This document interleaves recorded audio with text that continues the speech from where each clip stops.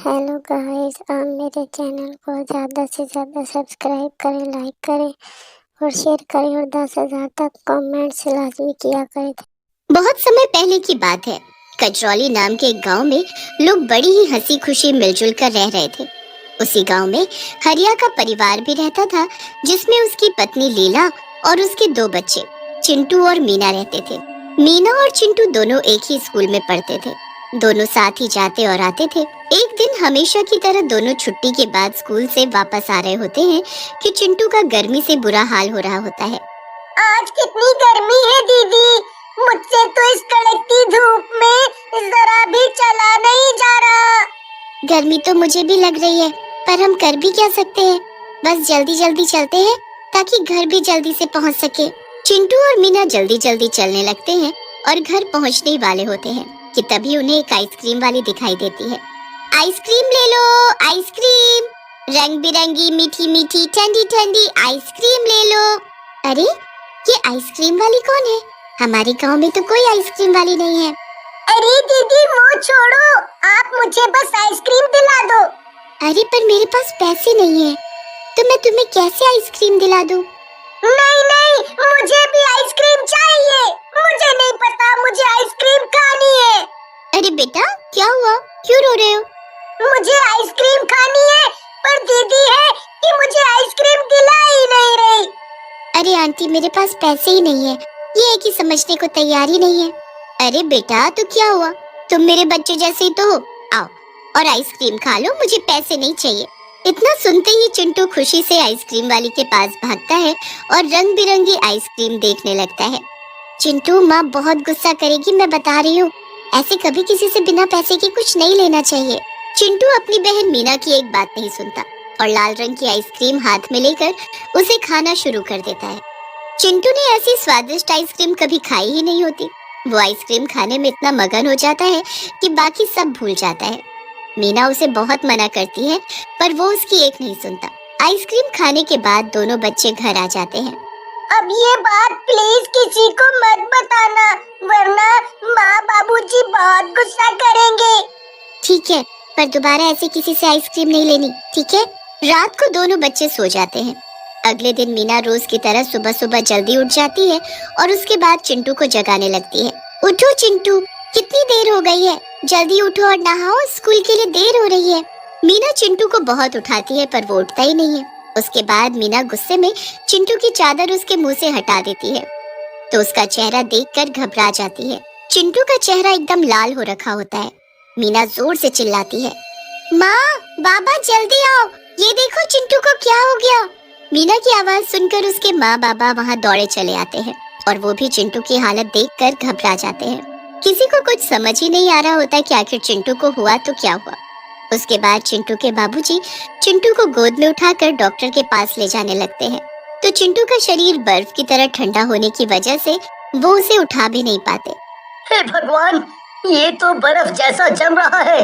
क्या हो गया आखिर हमारे बच्चे को? ये कौन सी नई बीमारी लग गई? वो लोग जैसे तैसे चिंटू को डॉक्टर के पास लेकर पहुंचते हैं, तो डॉक्टर को भी समझ नहीं आता कि आखिर चिंटू को कौन सी बीमारी हुई है। शरीर का इस तरह लाल पड़ जाना और इतना ठंडा हो जाना, मुझे तो समझ नहीं आ रहा। ये कौन सी बीमारी है? मैंने आज तक न ऐसी कोई बीमारी देखी और न कभी इसके बारे में सुना। चिंटू के माँ बाबा चिंटू को घर ले आते हैं और उसकी घर में ही देखभाल करने लगते हैं। 2-4 दिन ऐसे ही निकल जाते हैं। फिर मीना अकेले ही स्कूल जाना शुरू कर देती है। स्कूल से आते वक्त उसे वही आइसक्रीम वाली आइसक्रीम बेचती दिखती है। मीना उस आइसक्रीम वाली को देखती रहती है। उस आइसक्रीम वाली के पास कुछ गरीब बच्चे खड़े होते हैं, जिनको वो उनकी पसंदीदा आइसक्रीम दे रही होती है। बताओ बेटा, तुम्हें कौन सी आइसक्रीम चाहिए?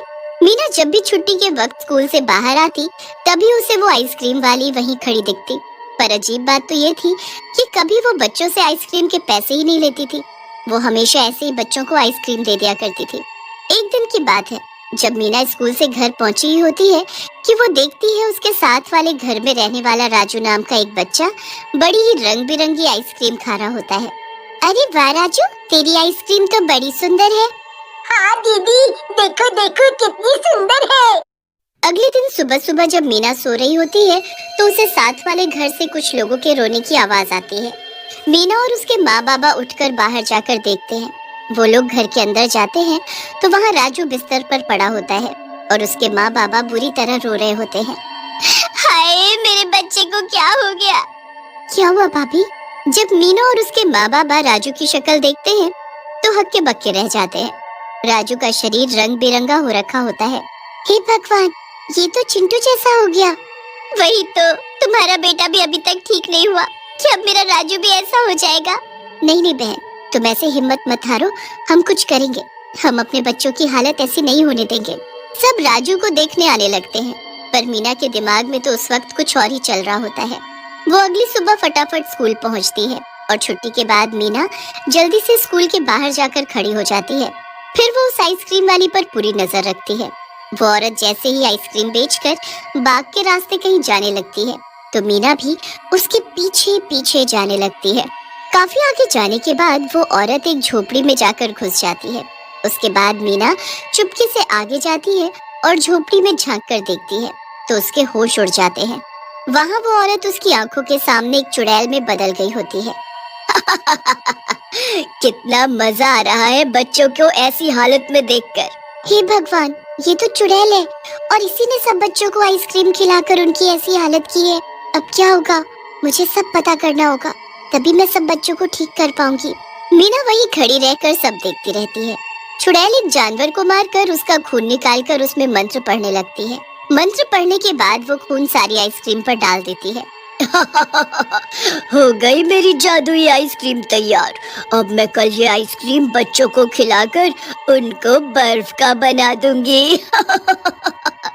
इस चुड़ैल ने सारे बच्चों को खत्म करने के लिए कितनी बुरी चाल चली है, पर मैं भी इसका जादू नष्ट करके रहूंगी। मीना जल्दी से गांव वापस जाकर सबको चुड़ैल के बारे में बता देती है। गांव वाले मीना की बात सुनकर हक्के बक्के रह जाते हैं। फिर वहीं खड़े एक पंडित जी बोलते हैं, इस चुड़ैल को हमें अमावस की रात को खत्म करना होगा। किसी और दिन इसे खत्म नहीं किया जा सकता। ये बस मीना ही कर सकती है, क्योंकि चुड़ैल बच्चों के आसपास ही रहती है और मीना काफी बहादुर भी है। और इसे करना क्या होगा?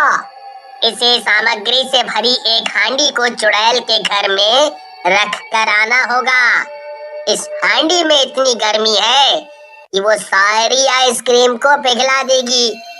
जैसे ही वो आइसक्रीम पिघलेगी, वैसे वैसे वो चुड़ैल भी पिघल जाएगी। बस फिर सब अमावस की रात का इंतजार करने लगते हैं। जैसे ही वो रात आती है, मीना आधी रात में वो हांडी लेकर उस चुड़ैल के घर में जाती है।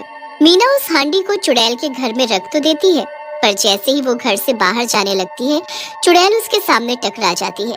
मीना चुड़ैल को देखकर बहुत ज्यादा घबरा जाती है। तू यहाँ क्या कर रही है? तुझे मेरे घर का कैसे पता लगा?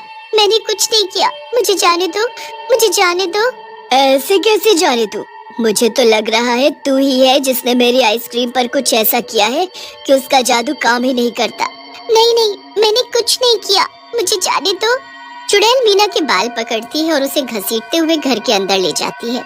मीना बुरी तरह चीखने चिल्लाने लगती है, पर चुड़ैल को कोई फर्क नहीं पड़ता। आज मैं तेरे ही खून पर जादू करके उसे इन सभी आइसक्रीम पर डालूंगी। चुड़ैल मीना को एक कोने में बांध देती है। उसके बाद जैसे ही चाकू एकदम पैना हो जाता है, वो खिड़की से आसमान में चांद की तरफ देखकर मुस्कुराती है। आ गया सही वक्त। अब मेरी जादुई आइसक्रीम फिर से अपना कमाल दिखाएगी। बस उस पर एक बार इंसानी खून चढ़ जाए। चुड़ैल हंसती है और चाकू उठाकर मीना की तरफ बढ़ने लगती है। वो जैसे मीना की गर्दन पर वार करती है कि चाकू के साथ उसका हाथ पिघलकर नीचे गिर जाता है। ये क्या हुआ? मेरा हाथ क्या किया है तूने लड़की? जल्दी बता मुझे। चुड़ैल दूसरे हाथ से चाकू उठाती है, पर जैसे ही वो चाकू को हाथ लगाती है कि दूसरा हाथ भी पिघल जाता है।